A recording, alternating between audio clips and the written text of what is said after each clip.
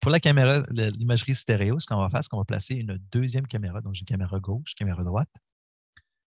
Et on va les séparer de ce qu'on appelle une distance baseline, par exemple 5 cm, 10 cm, c'est une distance fixe. Là. Donc, il va y avoir un boîtier en métal sur lequel on va attacher les deux caméras. Pour simplifier les équations, on va aussi faire l'hypothèse que les axes optiques de nos caméras sont parallèles. OK? Et ce qu'on voit dans l'imagerie stéréo, donc ça, c'est l'image de gauche, l'image de droite. Donc, c'est une scène qui était dans mon bureau. Donc, vous avez des objets qui sont situés loin, comme par exemple sur le mur, et des objets qui sont situés proches de la caméra. Donc, j'avais un marqueur ici situé sur mon bureau. Et ce qu'on voit donc, c'est que les objets qui sont proches, le décalage horizontal dans l'image va être plus grand. Donc, vous voyez ici la distance ici a beaucoup diminué par rapport à ici. Alors que pour les objets qui sont situés très loin, là, regardez la distance ici entre l'interrupteur et le centre de l'image. Vous voyez comment on voit un petit peu mieux avec la bordure entre la plaque de métal puis la ligne rouge. On voit ici la distance est relativement faible. Ici, c'est un peu plus grand. Mais plus les objets vont être loin, moins ils vont se déplacer entre l'image gauche et l'image droite.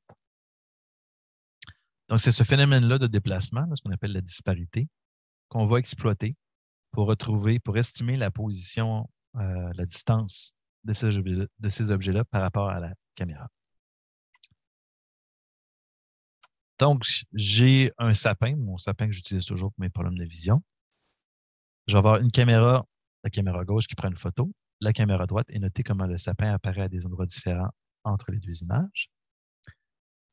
Pour mieux visualiser le problème, je vais les placer une par-dessus l'autre et voyez justement ce déplacement-là ici, qu'on appelle la disparité, qui va apparaître du fait que ma caméra gauche est décalée de ma caméra droite.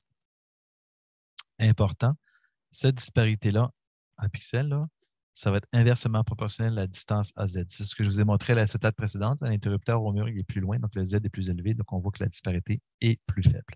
Donc, cette relation-là ici va nous permettre de retrouver cette distance-là en Z, mais aussi va commencer à nous faire penser, ça veut dire que probablement qu'estimer les distances en Z va être plus difficile pour les objets qui sont loin que les objets qui sont proches. Donc, ici, une vue là, de notre problème, là, une autre vue, là, un peu plus comme tridimensionnelle. Donc, j'ai mes centres optiques de ma caméra gauche et droite. Donc, j'ai mes axes optiques ici. Je vais avoir les plans images. Donc là, j'ai deux caméras, je vais avoir deux plans images, le plan image gauche, le plan image droite. Et on va faire l'hypothèse que la focale de gauche et la focale de droite, c'est la même, focale F. J'ai mon baseline ici entre les deux. Rappelez-vous les axes optiques qui sont parallèles. Donc, ce que ça va donner, c'est que les plans images gauche et droite vont coïncider. Si vous voulez, si je prolonge mes plans images, là, ils vont être un par-dessus l'autre. Et là, mon point P dans l'univers, lorsque je trace mon rayon pour prendre une photo, rappelez-vous, on prend une photo, on trace un rayon. Donc, l'interception dans le plan image gauche, lorsque je prolonge jusqu'au centre de projection, ça va être ici, UG. Et le même point va apparaître, par exemple, ici à la coordonnée UD dans la caméra de droite. Donc, vous voyez comment cette coordonnée-là va être différente, dépendant si je prends la photo avec l'image de gauche ou avec la caméra de droite. Donc, vue de haut, pour être capable de bien faire nos équations. Donc, vous voyez ici, quand je disais les plans images là, vont coïncider parce qu'ils sont à la même distance F. Donc, j'ai mon centre de projection ici pour l'image de la caméra de gauche. Donc, j'ai mon point rouge qui est situé à la coordonnée AX par rapport à l'image de gauche. Donc, vous voyez ici, j'ai mis l'axe des X dans cette direction-là. Je le point ici, donc le rayon va aller vers le centre de projection. Donc, l'interception se fait ici à UG. Donc, on se rappelle, UG, c'est égal à la focale divisée par la distance en Z fois la coordonnée en X. Maintenant, je vais trouver la position dans le plan image de la caméra de droite, donc la coordonnée UD. Là, ici, j'ai un décalage B. Donc, par rapport au système d'axe de la caméra de droite, maintenant, le point ici va se situer à la coordonnée AX moins B, parce que j'ai un décalage de B dans cette direction-là. Donc, ça, c'est la coordonnée du point ici exprimé dans le repère de ma caméra droite. Donc, la projection va dire que le point va situer la coordonnée UD, donc c'est la focale, qui est la même dans les deux cas. La distance en Z, qui est la même dans les deux cas, puisque mes axes optiques, ils sont parallèles. La coordonnée ici en X a changé parce que j'ai un décalage en X dans mes caméras. C'est comme ça, par construction, là, on a déplacé les caméras. Donc, c'est la coordonnée AX moins B que le point se situe. Ma disparité, ça va être la différence, par exemple, entre l'apparition, donc la coordonnée UG moins UD. Et ici, dans le fond, on met nos équations ici. Je prends UG, c'est ça ici, je le place directement. J'ai UD que je place directement ici. Donc, il y a beaucoup de termes qui vont venir, on peut factoriser. Donc, F divisé par AZ, dans le fond, c'est un facteur que je peux sortir ici. Donc, ce qui va arriver, je vais avoir F sur AZ qui multiplie AX moins AX moins B. Donc, les AX vont s'éliminer. Et le moins B va donc, on va perdre le moins. Donc, on va obtenir F divisé par la distance en Z fois B. Donc, si on regarde un petit peu cette équation-là, qu'est-ce qu'on voit? On voit donc que la disparité va être proportionnelle à la focale. Okay? La focale, c'est le zoom. Si j'ai une focale très élevée, ça veut dire que je zoome pour voir loin. C'est comme si j'agrandissais mon image. Donc, c'est normal. Si je double le facteur zoom, la focale, ben, ça veut dire que la disparité va doubler elle aussi. Okay? Donc, c'est normal que ce soit proportionnel à la focale. Aussi, la disparité va être proportionnelle au baseline. Donc, si je veux avoir des bonnes disparités, hein, parce qu'imaginez que je peux trouver les positions au pixel près, bien, si j'ai une disparité, disons que c'est 1 pixel près l'erreur, si j'ai une disparité de 10 pixels, ça veut dire que j'ai 10 d'erreur. Si j'ai une disparité de 100 pixels, ça veut dire que j'ai 1 d'erreur, et ainsi de suite. Donc, plus la disparité est grande, meilleure serait la précision sur l'estimation, dans le fond, de cette disparité-là, en termes relatifs. Donc, idéalement, on va avoir des grandes disparités dans nos images pour estimer en précision la position en 3D. Donc, plus la distance entre mes caméras est grande, donc le B, le baseline, meilleure serait ma précision sur l'estimation de la disparité. Et c'est inversement proportionnel à la distance. Donc, plus les objets sont loin, plus un objet est loin, plus la disparité va diminuer. Donc, ce qui va rendre ça challengeant pour trouver la position en Z. Donc, la distance en Z, c'est pas compliqué. Là, on intervertit la disparité avec le AZ. Donc, ça veut dire que la distance en Z, c'est la focale fois le baseline divisé par la disparité mesurée entre mes deux images. Donc, vous voyez comment j'ai retrouvé maintenant la coordonnée, la troisième coordonnée. Donc là, je n'ai plus un problème mal posé en tant que tel. Je peux retrouver la coordonnée tridimensionnelle de j'avais déjà AX, AY, si vous voulez. Là, je peux retrouver AZ. Donc là, je suis capable d'avoir un système qui est, disons, je vais dire relativement bien posé. Là. On est capable de retrouver donc cette distance en Z. Mais j'ai besoin de 2 caméras. Justement, parlant de sensibilité, donc j'avais dit tout à l'heure que la précision d'estimation va être proportionnelle, si vous voulez, au baseline. Donc, plus le baseline est grand, meilleure sera l'estimation de la profondeur. Mais justement, durant la Deuxième Guerre mondiale, les Allemands avaient développé un système dans le fond, si vous voulez, c'est comme des jumelles, là, mais c'est des jumelles où on vient placer 1 mètre de distance entre les deux objectifs. Donc, ça, c'est le baseline. Okay? Justement, pour être capable de venir améliorer la précision sur la localisation de la distance. Pourquoi? Parce que ça, c'était, dans le fond, c'était pardonnez-moi l'anglicisme, c'est le spotter. Là. Vous aviez la personne ici qui fait le tir anti-aérien. Puis, lorsqu'on veut abattre un avion, il faut connaître la distance entre le canon et l'avion pour être capable de monter la hausse pour tenir compte de la gravité. Donc, le spotter, lui, avait une meilleure estimation de la distance parce que justement, c'est comme si on prenait ses yeux et on l'écartait de 1 mètre. Donc, à l'époque, tout se faisait à la main. Il n'y avait pas d'ordinateur encore pour faire des calculs. Donc, vous voyez justement le principe d'accroître le baseline pour pouvoir augmenter, dans le fond, la précision de la localisation ou la distance, l'estimation de distance. Donc, 2 images. Image de droite, image de gauche. Encore là, c'est un monde. Vous voyez comment j'ai épuré le monde. Hein? Je n'ai que 4 points de repère avec des couleurs différentes et je n'ai pas autre chose. Donc, c'est très épuré. Et donc, maintenant, si je veux calculer la position tridimensionnelle des points 1, 2, 3 et 4, Qu'est-ce que je dois faire? Donc, je dois donc faire la correspondance entre deux images. Donc, le, le point de, le point de repère 1 ou le point 1 ici dans l'image de droite, je dois trouver dans l'image de gauche quels sont les pixels qui correspondent à ce même objet-là. Donc, problème de data association, qui, comme je le répète, est un problème difficile, mais on va faire l'hypothèse ici que le problème est résolu. Okay? Donc, on va souvent faire l'appariement entre les deux images là, via l'apparence. Donc, ici, l'apparence, ça va être la couleur. Donc, je cherche une pastille rouge foncée. Là. C'est sans grande surprise, c'est celui-ci. Donc, je fais mon data association. Donc, je vais dire que le groupe de pixels ici correspond au point de repère 1 ou à l'objet 1. Et donc, je peux estimer la disparité. Donc, c'est la distance. Vous voyez ici, là, la distance, le décalage ici, ça va être entre l'image de droite et de gauche. Ça me donne donc une valeur D1. Et là, je répète la même opération pour l'autre point de repère. D2, je l'ai trouvé ici. Je calcule sa disparité. Donc, donc ici, je peux calculer la distance en Z pour ce point-là. Je peux calculer maintenant la distance en Z pour ce point-là. Après ça, je fais la data association, je calcule la disparité, ça me donne la distance en Z pour ce point-là, et ainsi de suite. Donc, vous voyez, on fait un calcul là, pour chacun des pixels ou des objets dans la scène. On peut calculer, après le data association, on peut calculer une disparité.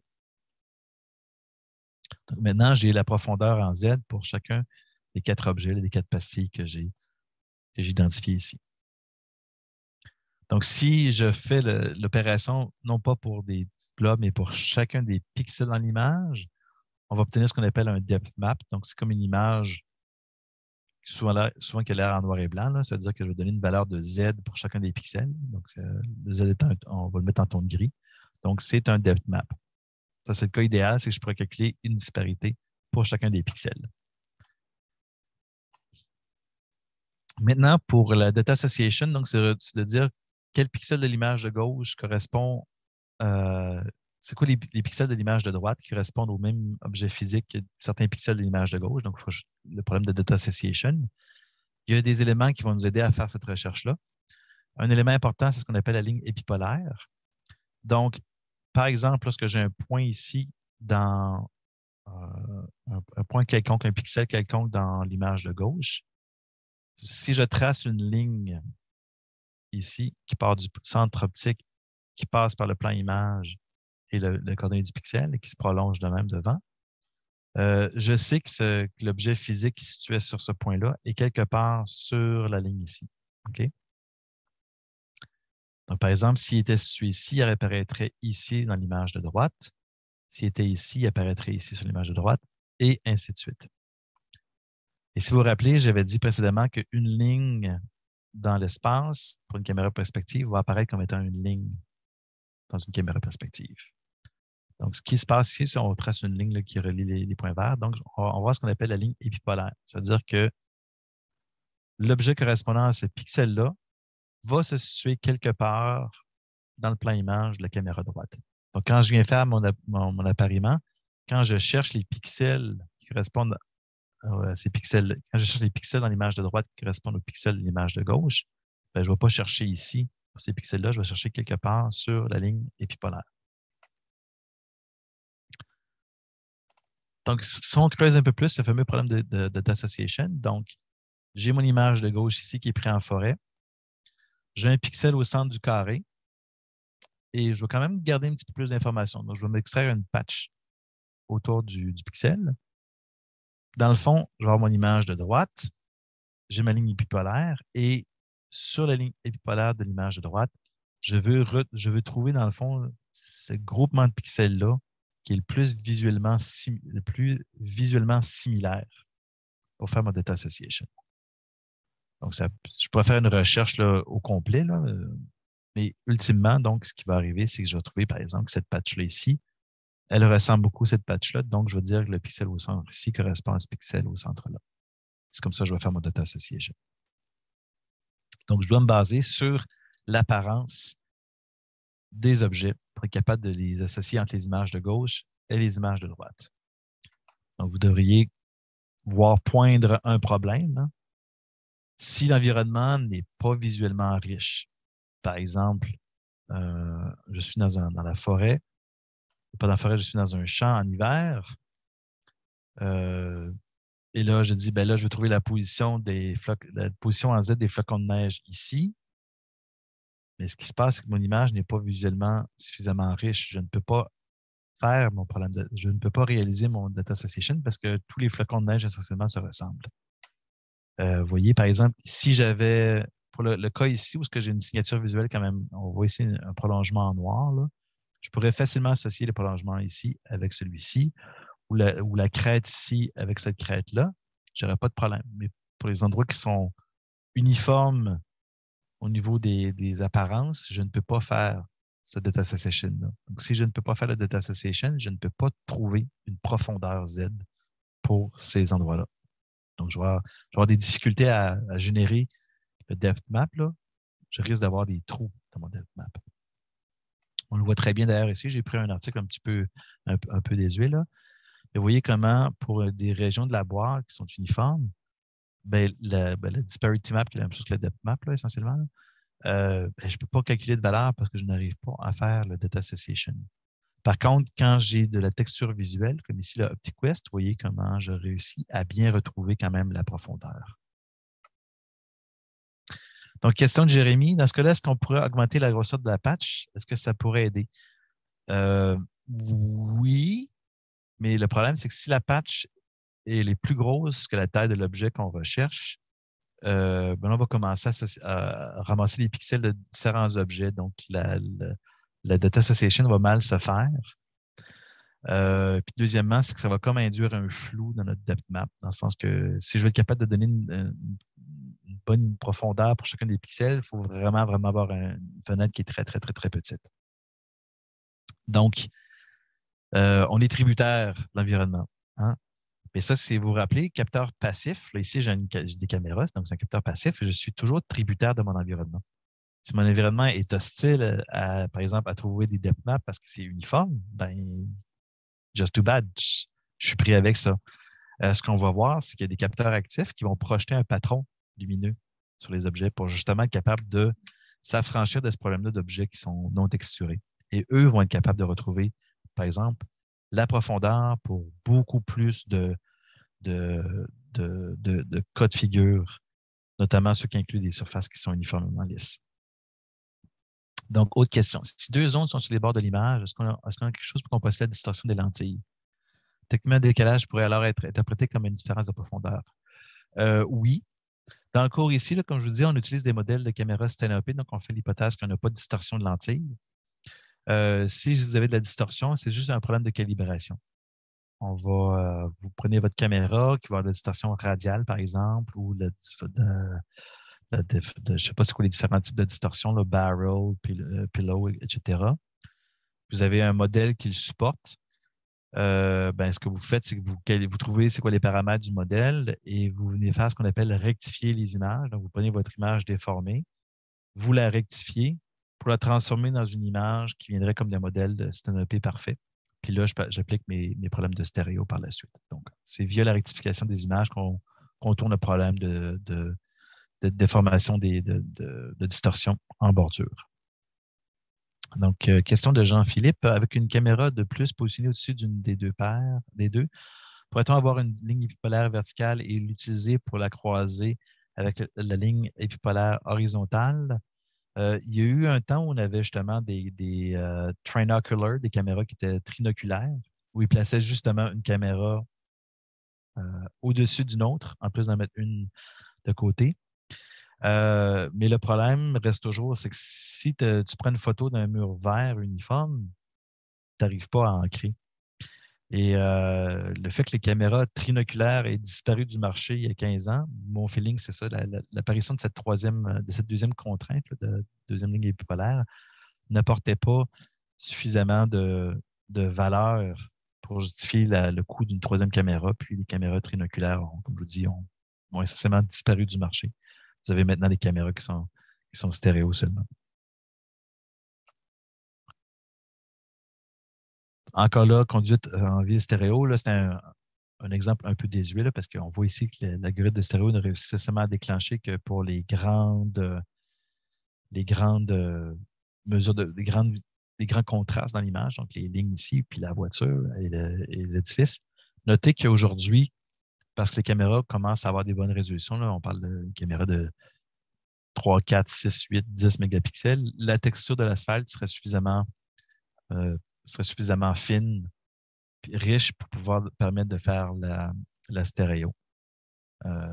Donc, encore là, c'est une question de résolution. Si votre caméra a pas assez de résolution, vous n'allez pas voir les textures fines. Vous allez voir les lignes, mais pas les textures. Donc, on voit ici comment le choix de résolution d'une caméra peut venir impacter la capacité ou non à justement extraire l'information tridimensionnelle d'une scène.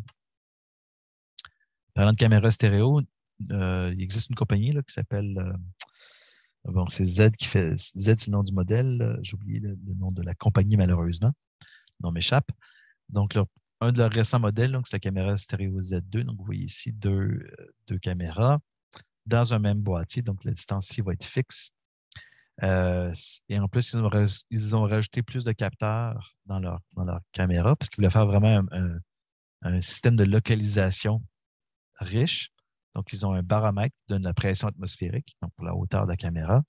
Ils ont une centrale inertielle. Ils ont aussi des thermomètres, justement pour faire les compensations de température des différentes composantes. C'est des lentilles grand angle, donc un champ de vue de 120 degrés.